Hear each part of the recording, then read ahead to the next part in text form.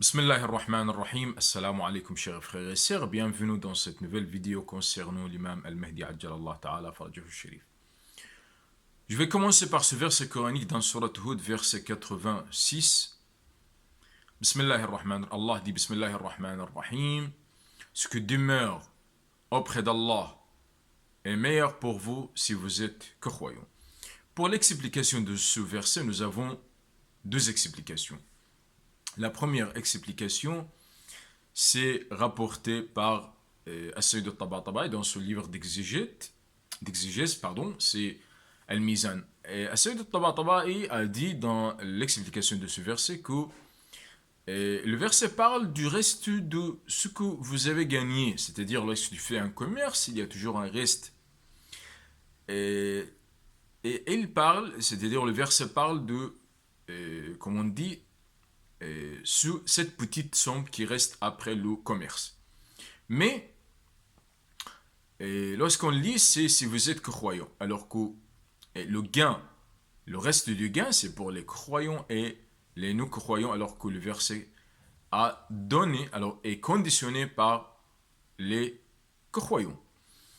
L'autre explication, c'est dans le livre Al-Kafi de Omar bin Zar de l'imam Sadiq alayhi salam, qui dit que ce verset se réfère majoritairement à l'imam Al-Mahdi Ajjalallah Ta'ala Farajahu Sharif parce que ceux qui attendent vivement la réapparition de l'imam Al-Mahdi, ce sont les croyants. Je voudrais parler dans cette vidéo de la manière de traiter la cause de l'imam Al-Mahdi. Nous avons toujours deux axes. Le premier axe, c'est de traiter la cause de l'imam Al-Mahdi c'est-à-dire par un aspect matériel, c'est-à-dire chercher les signes de la réapparition, qui sont les compagnons de l'imam Al-Mahdi, leur nationalité, leur pays, et comment l'imam Al-Mahdi Ajjallah Ta'ala Farajahu Sharif va établir son état d'injustice, comment il éliminera l'injustice. Ce sont des questions qui entourent la cause de l'imam Al-Mahdi, mais en fait, ce ne sont pas c'est pas l'origine de la cause. L'origine de la cause, c'est de traiter la cause de l'Imam par une manière spirituelle. C'est de chercher les principes, la morale, les valeurs par lesquelles l'imam Al-Mahdi Ajjallah Ta'ala Farajahu Sharif appellera les gens à le suivre. C'est très important et il ne faut pas toujours se concentrer sur l'aspect matériel, alors que c'est un peu recommandé, c'est un peu demandé, mais comme je dis, c'est l'origine, la base de la cause et de l'attente, c'est l'aspect spirituel, et d'être toujours proche de l'imam al-Mahdi. L'objectif de la réapparition, c'est la rencontre de l'imam al-Mahdi, parce que le grand bonheur, c'est lorsque nous rencontrerons l'imam Al-Mahdi Ajjallah Ta'ala Farajahu Sharif et nous serons joyeux de cette rencontre.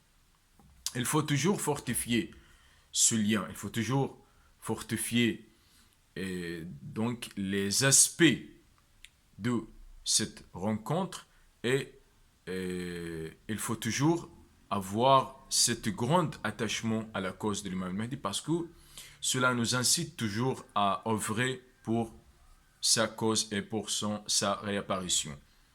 Mais est-ce que l'imam Al-Mahdi espère nous rencontrer? Est-ce que l'imam Al-Mahdi sera joyeux de notre rencontre? C'est une question très importante parce que l'imam Al-Mahdi Ajjallah Ta'ala Farajahu Sharif vaut de nous d'être de bons suiveurs, d'être de bons compagnons, d'être ceux qui attendent l'imam et la réapparition par une manière positive. Donc, qui préparent les conditions pour cette réapparition. Je voudrais citer quelques points pour fortifier notre lien avec l'imam Al-Mahdi. Tout d'abord, la clarté du cœur, la pureté du cœur. Tant que notre cœur est pur, tant que nous pouvons être proches de l'imam Al-Mahdi Ajjallah Ta'ala Farajahu Sharif, parce que lorsque le cœur c'est-à-dire est lié de cette vie et de sa parure, elle sera privée de sa rencontre, elle sera privée de ses bénédictions. Deuxièmement, se débarrasser des péchés. Tant que nous nous débarrassons des péchés et nous promettons, nous faisons une promesse à l'imam al-Mahdi de ne pas commettre des péchés, nous serons proches de lui et l'imam sera joyeux de cette rencontre. Dédiez les œuvres pour sa réapparition. Lorsque vous donnez une aumône, vous dédiez cette aumône pour l'imam al-Mahdi al-Sharif. Lorsque vous aidez quelqu'un, lorsque vous accomplissez un acte, une œuvre, il faut que cet acte et cette œuvre soient dédiés pour la réapparition de l'imam al-Mahdi al-Sharif, parce que cela va rapporter son impact sur nous et nous allons ressentir beaucoup de spiritualité, beaucoup d'énergie spirituelle lorsqu'on fait quelque chose pour lui. Aussi, consacrer chaque jour un petit temps pour réfléchir à la cause, pour réfléchir à l'imam al-Mahdi. Il se trouve où, comment il vit, comment... Donc, est-ce que je peux être parmi ses compagnons? Alors, cette petite période de 1 minute, 2 minutes, c'est très importante pour chacun de nous, parce que cela, comme je dis, va impacter positivement sur nous et sur notre conduite. Tant que vous serez proche de l'imam, vous allez avoir un changement effectif dans votre conduite. Vous allez avoir très énergétique. Aussi, les imams alayhim salam et surtout l'imam al-Mahdi al-Sharif nous incitent toujours de vivre les mêmes sentiments qu'eux. Par exemple, lorsque je vois qu'un péché est commis, je serai mécontent.